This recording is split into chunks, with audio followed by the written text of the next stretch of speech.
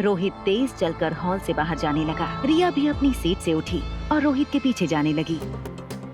रोहित अपने general manager से बात करने थिएटर लॉबी में पहुंचा।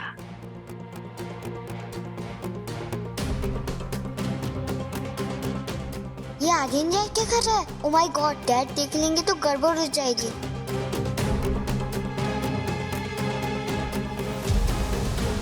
मैं आपको कॉल करता हूँ।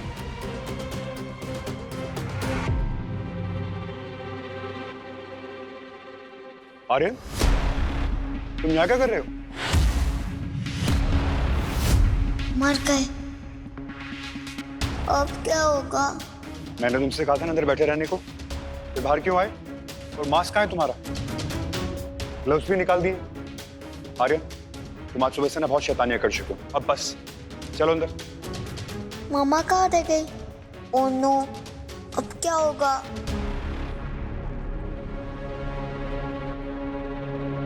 रिया,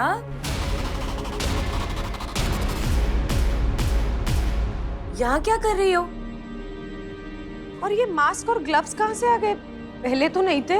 रिया ने बड़ा ही स्मार्ट आंसर दिया। वो मामा, मुझे अभी रियलाइज हुआ कि मुझे ग्लव्स और मास्क पहनने चाहिए। दरअसल मैं सब कुछ घर से लेकर ही आई थी और वो मुझे ये भी जानना था कि आप मुझे मास्क में पहचान सकते हैं या नहीं। अच्छा, कल शाम से देख रही हूँ बहुत समझदार हो गई हो। कीप इट अप, चलो। ये कहते हुए अनिका रिया का हाथ पकड़कर उसे थिएटर हॉल में ले गई। फिल्म शुरू हो चुकी थी। हॉल में अंधेरा था, जिसकी वजह से अनिका को अपनी सीट ढूंढने में तकलीफ हो रही थी। मम्मा, नंबर क्या देखने की जरूरत है? बीच में तो सारा हॉल खाली है। चलो यहाँ बैठ जाते हैं। रिया ने अनिका को ठीक रोहित के बगल वाली सीट पर बिठाया और वो खुद अनिका के बगल की सीट पर बैठी। फिल्म देखने में ना ही रोहित को इंटरेस्ट था, ना ही अनिका को, और ना ही दोनों बच्चों को। रोहित अपने फोन में बिजी था। अनिका की नींद पूरी ना होने की वजह से उसकी आंखें भारी होने लगी थी। उसका सर हल्का सा बगल वाली सीट की ओर झुका। आधी खुली आंखों से अनिका को मोबाइल की रोशनी में चमकता हुआ रोहित का चेहरा दिखा। ये देखकर अनिका मन ही मन मुस्कुराने लगी। उसे लगा इस आदमी की पर्सनालिटी का ऐसा प्रभाव हो रहा है उस पर कि अब नींद में भी उसे रोहित का चेहरा नजर आ रहा था। थोड़ी देर बाद अनिका गहरी नींद में सो गई। दोनों बच्चे एडवेंचर एक्सपेक्ट कर रहे थे, लेकिन ऐसा कुछ नहीं हो रहा था। मम्मा तो सो गई, अब क्या करें? एक आइडिया है, डैड को चिमटी काट।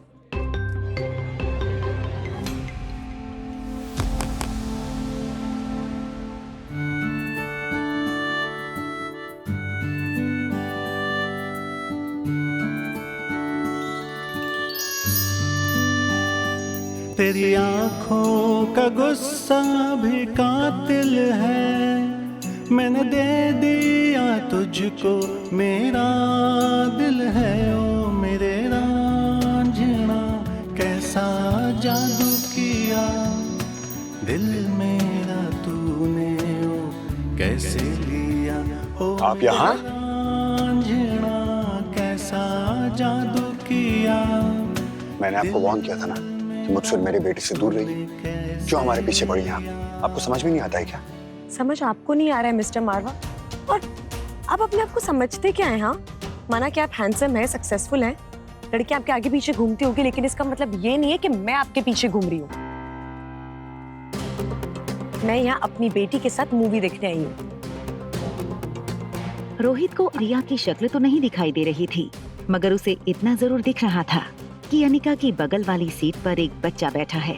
रोहित अपनी आवाज थोड़ी नीचे करते हुए बोला, क्या आप मुझे बता सकती हैं कि ऐसे कोइंसिडेंसेस हमारे साथ ही क्यों होते हैं? पहले आप मेरे होटल में स्टे करने के लिए आती हैं, उसके बाद बात बात पर बहाने बनाकर मुझसे टकराती रहती हैं, और मेरे बेटे के बारे में ऐसी इन्फॉर्मेशन मुझे देती हैं जो मुझे तक नहीं पता था।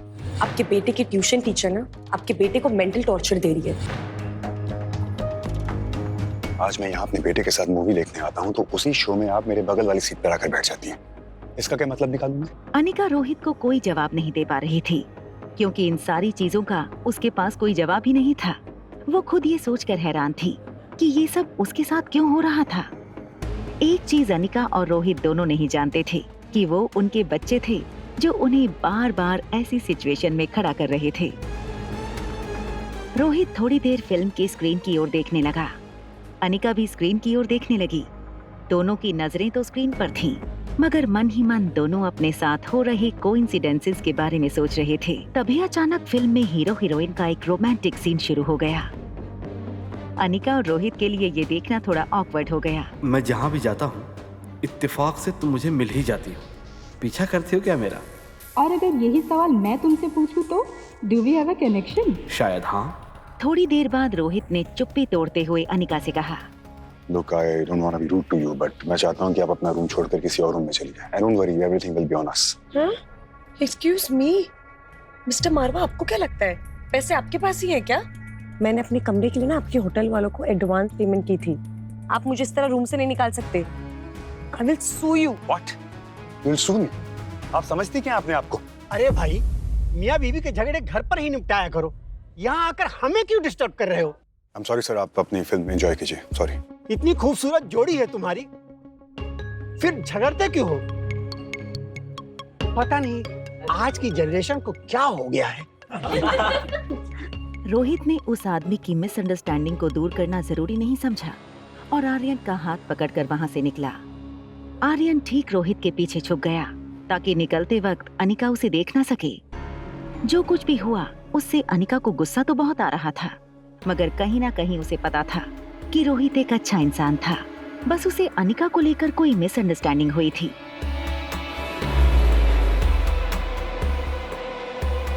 अपने स्वीट के पास पहुंचते ही रोहित ने अपने बॉडीगार्ड को वापस जाने का इशारा किया। रोहित ने अंदर जाने से पहले मुड़कर स्वीट नंबर 2402 की ओर देखा, फिर कुछ सोचकर अंदर चला गया।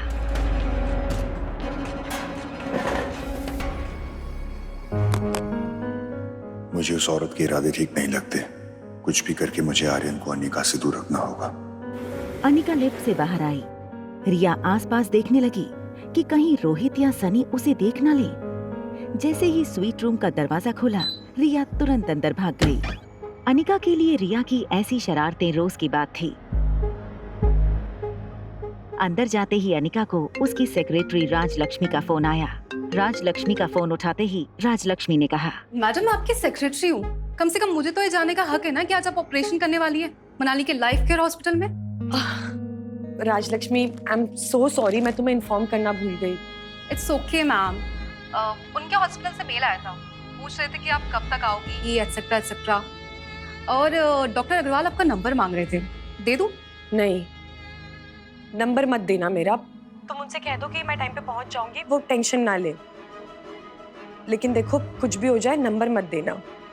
ओके डॉक्टर, एज यू से। अच्छा हाँ, उन्होंने डॉक्टर्स की लिस्ट भेजी है, मैं आपको भेज रही हूँ। If you need any changes let me know. Done, thank you.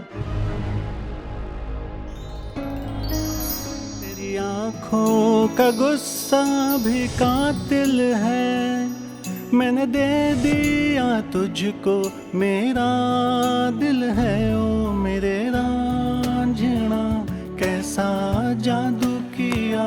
Madam, अगर आपकी गहरी सोच को डिस्टर्ब ना कर रही हूँ तो 2 मिनट बात कर सकती हूँ? Of course. Go ahead. देखो, मैं जानती हूँ, ग्रोन अप गर्ल, तुम अपना ध्यान भी खुद रख लेती हो। मम्मा बाहर जाना चाहती है ना? It's okay. You can go. अगर भूख लगेगी तो रूम सर्विस से मंगा लूंगी, प्यास लगेगी तो खुद पी लूंगी।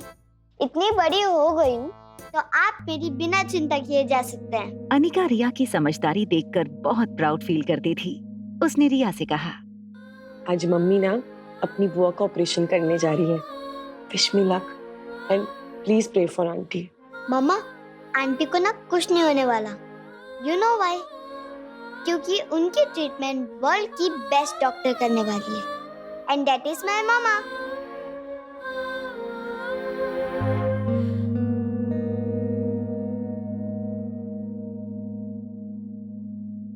अनिका ने अभी ये सोचा नहीं था कि वो किस तरह बुआ का ऑपरेशन करेगी बिना किसी को ये पता चले कि अनिका ही डॉक्टर अमृता थी। अनिका किसी तरकीब के बारे में सोचने लगी। तभी उसके मोबाइल पर डॉक्टर अमृता के अकाउंट में एक मेल आया। राज लक्ष्मी ने उसे असिस्टेंट डॉक्टर्स की टीम की एक लिस्ट भेजी थी, जिन डॉक्टर्स के साथ मिलकर अनिका को ज्योति बुआ का ऑपरेशन करना था। लिस्ट में कामिनी गुलेरिया का भी नाम शामिल था। डॉक्टर अमृता, आज तक आपको किसी ने नहीं देखा है, बट आपको असिस्ट करके I will be the first one जो आपका चेहरा पूरी दुनिया के सामने ले आएगी। अनिका को ज्योति बुआ का ऑपरेशन कामिनी के साथ मिलकर करना था। अनिका के पास ऑप्शन था कि वो डॉक्टरों की लिस्ट से कामिनी का नाम हटा दे, मगर ऐसा करने का उसके पास कोई वैलिड रीजन नहीं था। हॉस्पिटल वालों ने डॉक्टर अमृता के लिए एयरपोर्ट पर कार का इंतजाम किया था। उसने लाइफ केयर हॉस्पिटल को मेल किया। Don't send pickup to airport, मैं हॉस्पिटल डायरेक्ट आ जाऊंगी। डॉक्टर अमृता की पहचान को छुपाना इतना आसान नहीं होगा। गौतम ने बिना पढ़े ऑपरेशन के कंसेंट फॉर्म पर साइन कर दिए। तभी वार्ड बॉयज ज्योति बुआ को ऑपरेशन थिएटर की तरफ ले जाने लगे। प्रीति अपनी मम्मी को देखते हुए स्ट्रेचर के साथ साथ चल रही थी। देखिए, ये ऑपरेशन बहुत ही पेचीदा है और इसमें सक्सेस रेट बहुत ही मिनिमम है, पर अच्छी बात यह है कि इनका ऑपरेशन डॉक्टर अमृता के हाथों होने जा रहा है और ऐसे ऑपरेशन में उनके सक्सेस रेट मोर देन 90% होते हैं। मनीषा खुश थी क्योंकि आज उसकी बेटी इंडिया की सबसे बड़ी सर्जन के साथ मिलकर ऑपरेशन करने वाली थी। कामिनी ने एक फोटो खींची और उसके कैप्शन पर लिखा, waiting for the super dog. फिर उसने अपनी फोटो सोशल मीडिया पर पोस्ट कर दी। डॉक्टर अमृता किसी भी वक्त हॉस्पिटल में पहुंचने वाली होंगी। आप सब लोग ऑपरेशन थिएटर में सारे इक्विपमेंट तैयार रखिए। Okay sir. आई होप ये ऑपरेशन सक्सेसफुल हो और फिर मैं रोहित को भी डॉक्टर अमृता से मिलवा पाऊँ। अगर आज डॉक्टर अमृता मेरे हाथ लग गई तो मैं उससे अपनी दादी का इलाज करवा कर ही रहूंगा। डॉक्टर, वो मेरी mummy. Preeti, you are a brave girl. बस तुम्हें इतना याद रखना है कि इस वक्त तुम्हारी मदर को जिस चीज की सबसे ज्यादा जरूरत है वो है तुम्हारा विश्वास। और हम डॉक्टर हैं ना, हमसे जितना भी हो सकेगा हम कोशिश करेंगे। एक्सक्यूज मी सर, क्या मैं डॉक्टर अमृता के साथ एक सेल्फी ले सकती हूँ? It will be great honour for me. और आखिर वो मेरी वजह से यहाँ आ रही है, राइट? श्योर, लेकिन आपको परमिशन मुझसे नहीं, डॉक्टर अमृता से लेनी होगी। या श्योर। डॉक्टर अमृता आई नहीं अब तक। अभी उनका मैसेज आया कि वो आने ही वाली। लगता है डॉक्टर अमृता आ गई। अब यही मेरी माँ की जान बचा सकती है।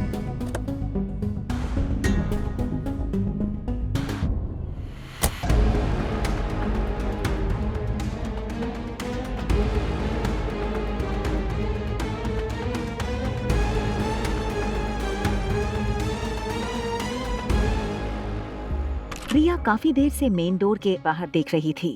उसने देखा कि रोहित अपनी स्वीट से निकलकर लिफ्ट में चला गया। उसे कंफर्म हो गया कि अब आर्यन को फोन करने का रास्ता क्लियर था। आर्यन रोहित की बातों से काफी नाराज था।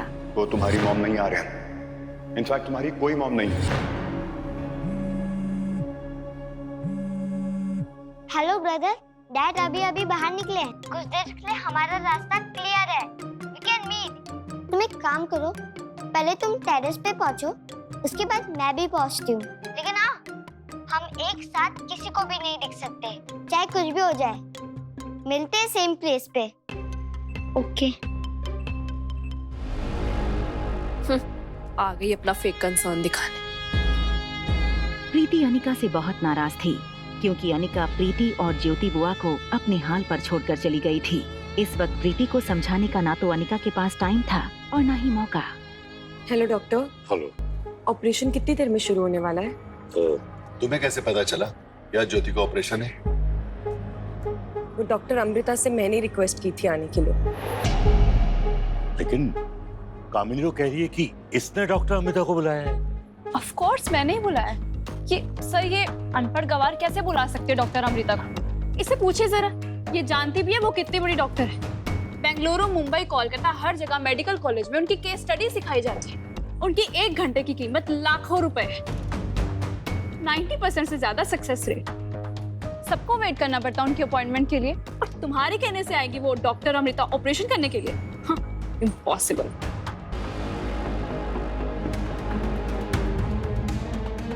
अनिका, तुम एक काम करो, डॉक्टर अमृता को तुमने मैसेज किया था ना, वो मैसेज हमें दिखा दो तो हमें यकीन हो जाएगा कि तुम सच बोल रही हो।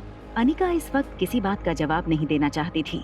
उसका पूरा ध्यान ज्योति बुआ के ऑपरेशन पर था। अनिका किसी से बिना कुछ कहे ऑपरेशन थिएटर की ओर निकल गई। देखा तुमने अपनी अनिका दीदी को? सबके सामने झूठ पकड़ा गया ना उसका। हम तो कहते रहे तुमसे कि इस लड़की पे विश्वास मत करो मत करो, पर तुम और बुआ मेरी बात कहाँ ही मानते थे। जाने भी दो कामिनी, बुरा वक्त है। आखिर बुरे वक्त में प्रीति और तेरी बुआ के साथ कौन खड़ा रहेगा? हम ही खड़े रहेंगे ना।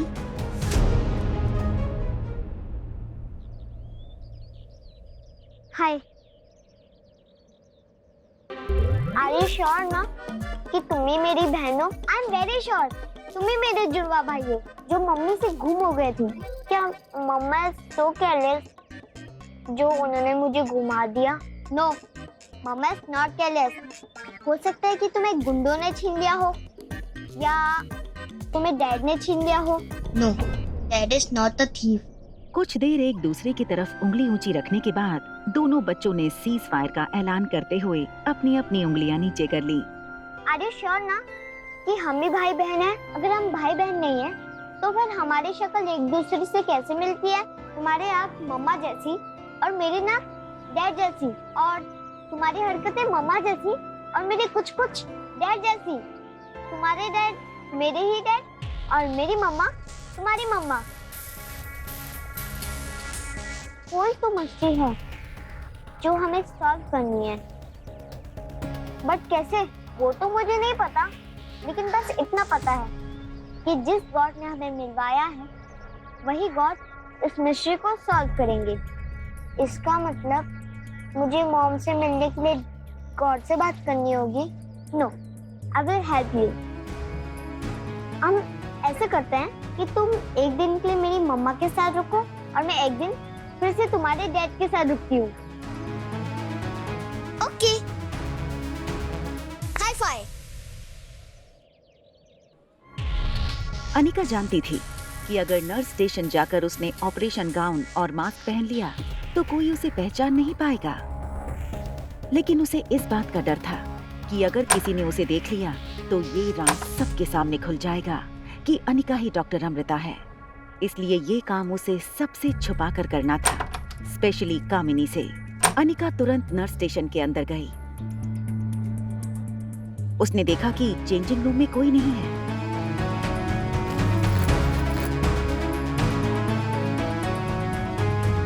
मौके का फायदा उठाते हुए वो ऑपरेशन गाउन लेकर जल्दी से चेंजिंग रूम की तरफ गई कि तभी देखो पूजा, मेरे फ्रेंड सर्कल में सबको बता देना कि आज मैं बहुत बड़ा ऑपरेशन करने जा रही हूँ। और हाँ, खास कुणाल को ये बात पता होनी चाहिए। और मैं तुम्हें ऑपरेशन कॉस्ट्यूम में फोटो खींचूंगी, सबको टैग करके पोस्ट कर देना, ठीक है? चलो मैं तुम्हें करती हूँ, I have to change. Okay?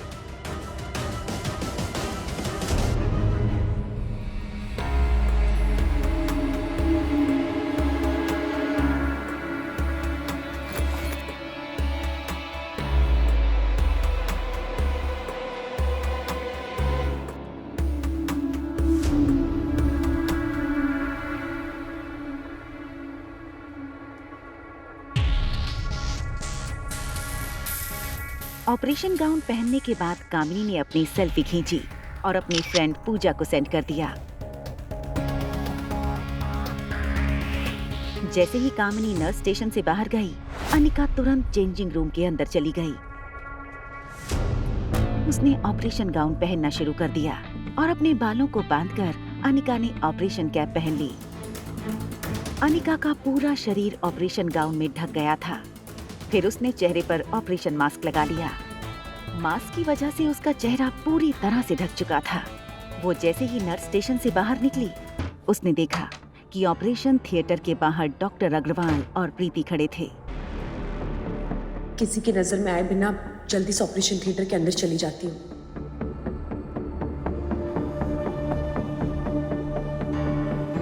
Excuse me, आप कौन? Please show me your ID. Anika को पता था कि अगर डॉक्टर अग्रवाल ने उसकी आईडी में उसका चेहरा देखा तो वो समझ जाएंगे कि अनिका ही डॉक्टर अमृता है। आगे की कहानी जानने के लिए देखें अगला एपिसोड सिर्फ पॉकेट एफएम के यूट्यूब चैनल पर। और एक लड़की को देखा तो के सारे एपिसोड को सुनने के लिए डिस्क्रिप्शन में दी गई लिंक से डाउनलोड करें पॉकेट एफएम ऐप।